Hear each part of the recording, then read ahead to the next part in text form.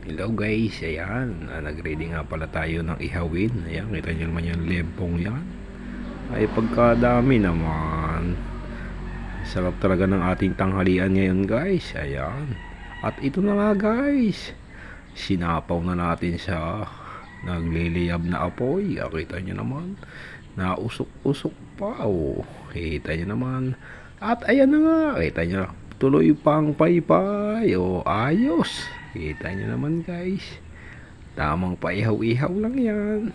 Abot na abot talaga yun sa tanghalian guys.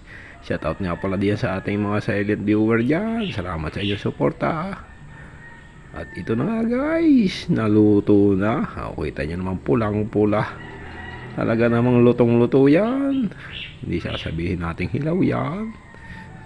At ito na nga guys, yan, tinatadtad na natin at ng ating mga tikman kung talagang may lasa nga yan.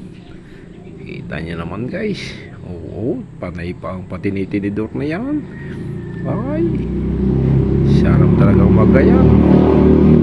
O, tingnan nyo naman guys, itutok mo nga guys, yan. O, kita nyo, lutong-luto yan guys. Ay, sa lakas ba naman ng apoy at todo paypay. Ay, pagka hindi naluto yan, yan, kita nyo naman, ay syempre, habang tayo naggagayat, ay meron tayong titingnan. Ayan.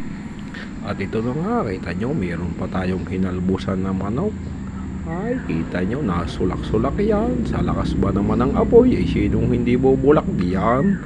Ayan, meron pa tayong sinigang na salbaw. Ay naku, tamang-tama talagang ating tanghalian ay pagkakasarap. At ito na nga guys, so may salmon na tayo at syempre yung ating inihaw, syempre titikman natin yan. Ay pagkaunti lang ng ulam at baka tayo mga high blood, ay tapos idami-dami ng kanin, paano gayan? Ay sasarap ba naman yan ang ulam? At ito na nga guys, oh, sarap na sarap oh. At yun na nga guys, thank you!